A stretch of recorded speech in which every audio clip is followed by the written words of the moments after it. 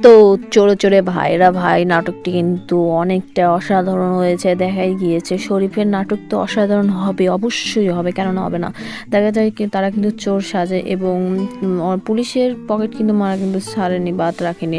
তাদের গার্লফ্রেন্ড আছে, সেই গার্লফ্রেন্ডরা বলে তুমি কি, তোমার বাবা কি করে? সে বলে আমার বাবা শিল্পপতি। কিন্তু সে যে একটা চোর সে কিন্তু স্বীকার করে না। চোরেরা কখনো কি স্বীকার করবে আমি চোর? তো বন্ধুরা দেখা যায় কিন্তু সেই মেয়েরই কিন্তু বাবাকে কিন্তু মানে তাদের শ্বশুরকে কিন্তু লুট করে পালায় যায়। একজনে কিন্তু মুখোশ কিন্তু সরিয়ে যায় এবং সে কিন্তু কান্নাকাটি করে বাজার ব্যাগ নিয়ে কিন্তু চলে আসে। তার মেয়ে বলে কি অবস্থা? এই কথা শুনে তার বয়ফ্রেন্ডকে ফোন দেয়, মানে শরীফকে ফোন দেয়। এসে দেখে কিন্তু ওই একটা ছেলেকে কিন্তু চিনতে পারে, আর কিন্তু ওর নাটক করে, শরীফ কিন্তু নাটক করে আর ওকে কিন্তু মারতে মারতে ওর হাতটাই ভেঙে ফেলে দেয় এবং তার কাছে কিন্তু ভালো জামাই সেজে যায় এবং তার ফুপু কিন্তু বলে যে আমার কিন্তু একটু সন্দেহ হচ্ছে।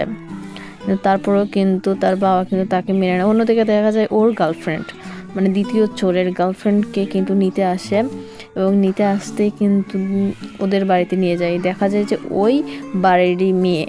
তো বন্ধুরা তাকেও কিন্তু ওটা কিন্তু ভুল বোঝাবুঝি হিসেবে কিন্তু শরীফ কিন্তু সমাধান করে নেয়।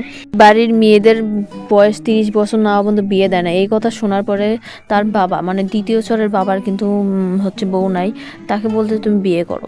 এই কথা রাজি হয়ে কিন্তু তার বাবা কিন্তু রাজি হয় এবং তিনজনই ওই ওই দুইজন কিন্তু ওর ফুপুকেও কিন্তু রাজি করায়, মেয়ে দুইটা এবং ছেলে দুইটাও রাজি করায়।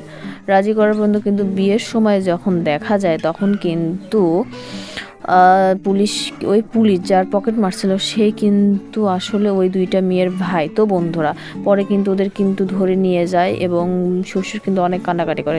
তারপর আমার এই চ্যানেলটি অবশ্যই সাবস্ক্রাইব করে পাশে থাকবেন, লাইক কমেন্ট করতে কিন্তু একদম ভুলবেন না। ধন্যবাদ।